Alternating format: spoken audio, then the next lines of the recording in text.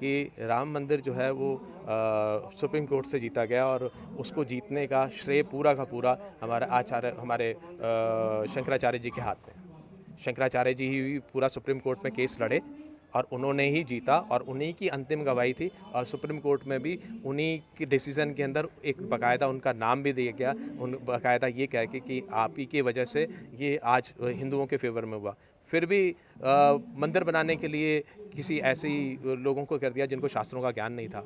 तो ये पराकाष्ठा है हमारे जो हिंदू धर्म के पतन की। हमारे यहाँ कितनी शिक्षाएं हैं, संगीत की शिक्षा है, हमारे यहाँ कितने स्वर विज्ञान हैं, कितने तरह के विज्ञान हैं। आज तक किसी भी विज्ञान के ऊपर कोई, चाहे आप कह लें बीजेपी सरकार है, चाहे कोई सी सरकार है, किसी का भी इस व्यक्ति विशेष को एक अच्छी गति देना और उसको एक विकास की तरफ ले जाना उनका बिल्कुल भी बड़ा निराशा के साथ कह रहा हूँ कि किसी का कोई लक्ष्य नहीं।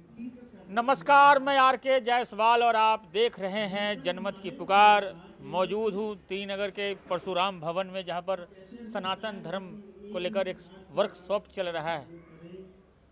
क्या चर्चा हो रही है दीपक मेहरा जी सनातन धर्म को लेकर? लोगों को जागरूक भी कर रहे हैं। बिल्कुल, सनातन धर्म जो जागरूकता है वो सबसे पहला पार्ट है।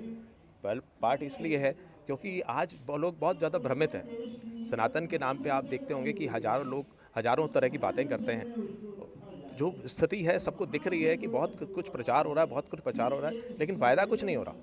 फ़ायदा क्यों नहीं हो रहा? क्योंकि लोगों को बेसिक जो है वो सनातन के बारे में उनको पता ही नहीं। तो आज हम लोग सनातन है क्या, सनातन का वैश्विक स्तर क्या है और सनातन को हम लोग किस तरह से जन जन तक पहुंचा सकते हैं, उसके ऊपर एक कार्यशाला हो रही है। बेसिक अभी हम लोगों ने जो यहाँ पर अभी कार्यशाला के अंदर भाग लिया, तो उसमें हमारा अंतर्राष्ट्रीय सनातन धर्म वैदिक संघ का एक अपना पार्ट था और हम लोगों ने अपने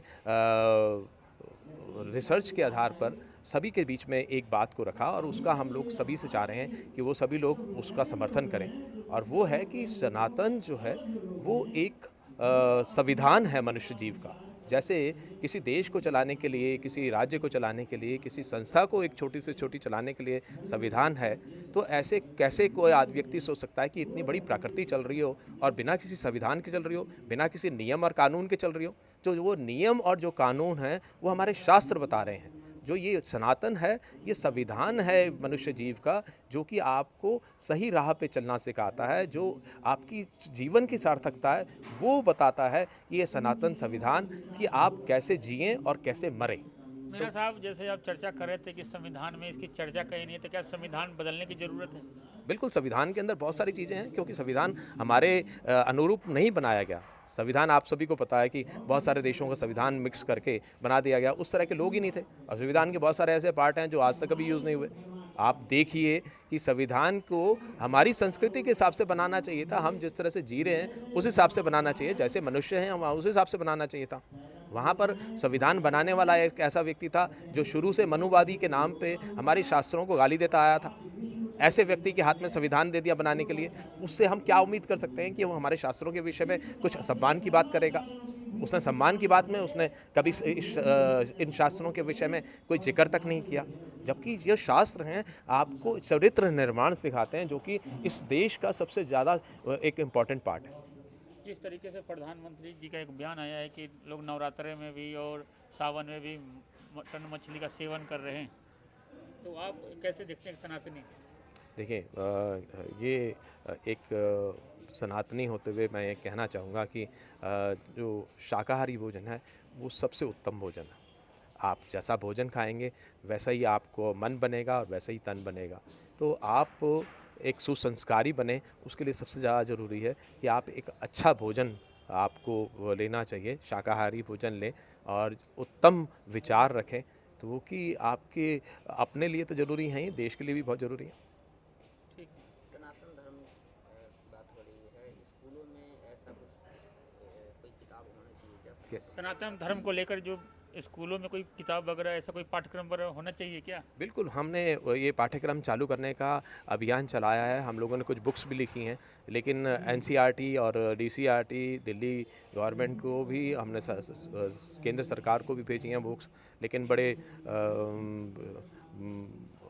निराशा के साथ कहना चाह रहा हूँ कि उस पर कभी भी किसी ने ध्यान नहीं दिया, जो कि सबसे ज़्यादा ज़रूरी है। हमारे यहाँ कितनी शिक्षाएं हैं, संगीत की शिक्षा है, हमारे यहाँ कितने स्वर विज्ञान हैं, कितने तरह के विज्ञान हैं, आज तक किसी भी विज्ञान के ऊपर कोई बात ही नहीं हुई। ऐसा क्या कारण है कि रिजेक्ट कर दिया? कारण यही है कि लोगों को, चाहे आप कह लें बीजेपी सरकार है, चाहे कोई सी सरकार है, किसी का भी इस व्यक्ति विशेष को एक अच्छी गति देना और उसको एक विकास की तरफ ले जाना उनका बिल्कुल भी बड़ा निराशा के साथ कह रहा हूँ कि किसी का कोई लक्ष्य नहीं, इनका लक्ष्य ही नहीं है, वोट के अलावा कोई लक्ष्य नहीं है इनका। लगातार कहते हैं कि विश्व गुरु बनने वाला है, अगर सड़क है विश्व गुरु की ओर, तो किस तरह देखते हैं आप लोग?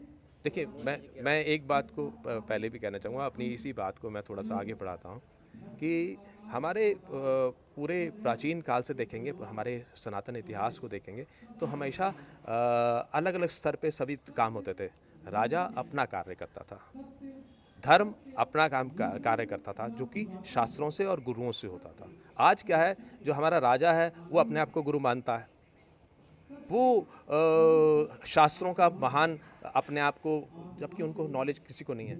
यहाँ पर जितने भी, चाहे वो आरएसएस की हों, चाहे वो बीजेपी की हों, वो शास्त्रों का जिनको ज्ञान नहीं है वो अपने आप को परम गुरु मानते हैं। तो ऐसे में जो वो लोग निंदा कर रहे हैं जिनको शास्त्र का ज्ञान है, जो शंकराचार्य, परम पूज्य शंकराचार्य की निंदा करते हैं, ऐसे लोगों को शर्म तक नहीं आती। जिनको शास्त्रों का ज्ञान नहीं है वो अपनी जो पूरा जो प्रतिष्ठा में उनको नहीं बुलाया गया।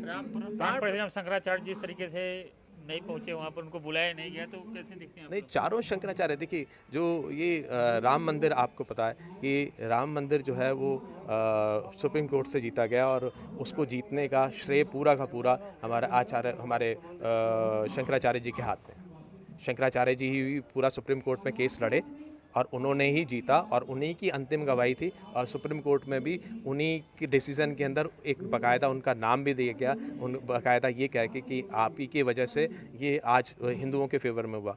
फिर भी मंदिर बनाने के लिए किसी ऐसे ही लोगों को कर दिया जिनको शास्त्रों का ज्ञान नहीं था। तो ये पराकाष्ठा है हमारे जो हिंदू धर्म के पतन की। ये हम कहीं ऊपर नहीं जा रहे, दिख रहा है कि बहुत कुछ हो रहा है, बहुत कुछ हो रहा है। आज करोड़ों अरबों रुपए की इंडस्ट्री हो गई है हमारे धर्म प्रचार की, कीर्तनों की। 1-1 करोड़ रुपए का एक कीर्तन होता है, उससे मिल क्या रहा है? हिंदू राष्ट्र की खूब चर्चा हो रही है। हिंदू राष्ट्र की सिर्फ चर्चा हो रही है। हिंदू जो है अपने कर्मों से हिंदू बने, नाम से हिंदू ना बने। आप हर एक को हिंदू बना दें, मीट मछली खाने वाला, जो भी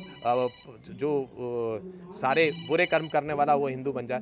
कर्मों से है, आप अच्छे कर्म करोगे वही हिंदू हो। तो हमारा कहना यही है कि कर्मों से हिंदू हो, हमारे जन्म से हिंदू की हमारे को ज़रूरत नहीं है, कर्मों से हिंदू की ज़रूरत है।